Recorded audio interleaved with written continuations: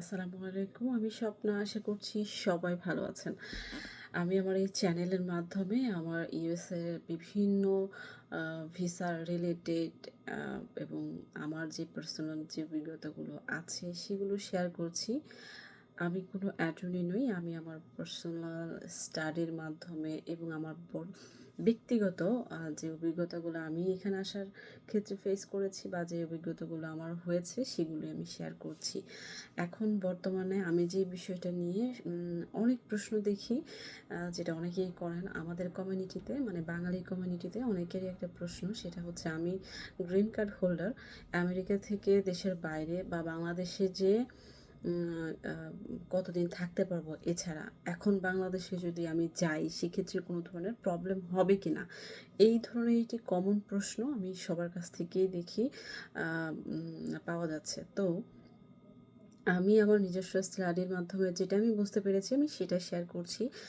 আপনি আপনার ডিসিশন নেওয়ার ক্ষেত্রে অবশ্যই একজন অভিজ্ঞ লয়ারের অভিমত নিয়ে দেন আপনি আপনার ডিসিশনটা নিবেন। আমরা যখন গ্রিন কার্ড নিয়ে থাকি বা গ্রিন কার্ড পাই, এদেশে আমরা আসার পরে বিভিন্ন প্রক্রিয়ায় গ্রিন কার্ড অর্জন করি। যারা সরাসরি ইমিগ্রেশনের মাধ্যমে এদেশে সঠিক ওয়েতে আসি তাদের ক্ষেত্রে কোনো ধরনের প্রবলেম হওয়ার কথা নয়। যদি আপনি ৬ মাসের কম সময় বাংলাদেশে যেয়ে থাকেন সেক্ষেত্রে প্রবলেম হওয়ার কথা নয়।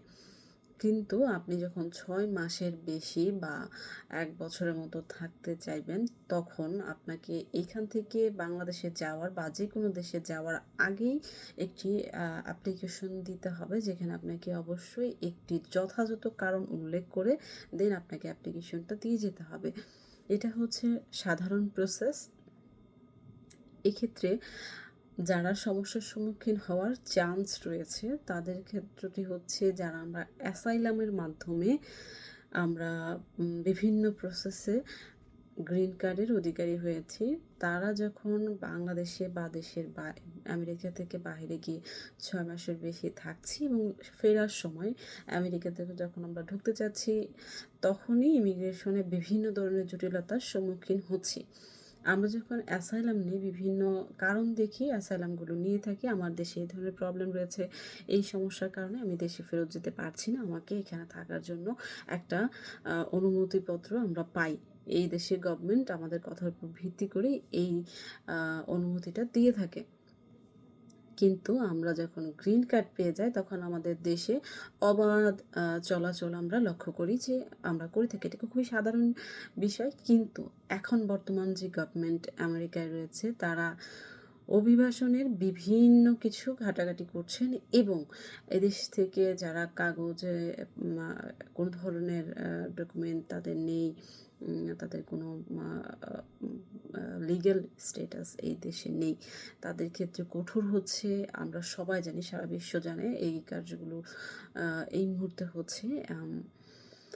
সুতরাং আপনি যখন অ্যাসাইলামের মাধ্যমে আপনার এই গ্রিন কার্ড নিয়েছিলেন, সেই কারণের ভিত্তিতে তারা আপনাকে, আপনি যখন ৬ মাস বা তার বেশি সময় বাংলাদেশে অবস্থান করছেন, তারা কিন্তু বিভিন্ন প্রশ্ন আপনাকে করছে, এয়ারপোর্টে আসলেই করছে। এদের ক্ষেত্রে এই ধরনের সমস্যাগুলো হচ্ছে আমি যতটুকু জানি। এজন্য আমরা বলব যে সবাই আমরা এই মুহূর্তে সবাই একটু সচেতন হব দেশের বাইরে যাওয়ার ক্ষেত্রে এবং দেশের বাইরে যেয়ে অবস্থান করার ক্ষেত্রে একটু সচেতন হব। আমরা আশা করছি এই ধরনের প্রবলেমগুলো খুব বেশি দিন থাকবে না। সুতরাং যদি আমরা কোনো কারণে একান্তই যেতে হয় সেক্ষেত্রে অবশ্যই একজন অভিজ্ঞ লয়ারের সাথে পরামর্শ করে দেন আপনি দেশের বাইরে যান, এবং যদি বেশি সময় থাকার প্রয়োজন হয় অবশ্যই সঠিক প্রসেসে যাবেন। আশা করছি কোনো ধরনের প্রবলেম হবে না। এই ছিল আমার গ্রিন কার্ডধারীদের দেশের বাহিরে যে অবস্থান করার যেই প্রশ্নগুলো এই মুহূর্তে চলছে সেই বিষয়ে আমার নিজস্ব মতামতটাই আমি শুধু জানিয়েছি। আ আপনাদের যদি কোনো কিছু জানার থাকে অবশ্যই আমাকে এসএমএস করতে পারেন, কমেন্টস করতে পারেন। আমি যতটুকু জানি শেয়ার করব এবং আমার এই ছোট্ট চ্যানেলটি সাবস্ক্রাইব করে আমার অভিজ্ঞতাগুলো জানতে পারেন আপনার জন্য। ধন্যবাদ সবাইকে, ভালো থাকবেন।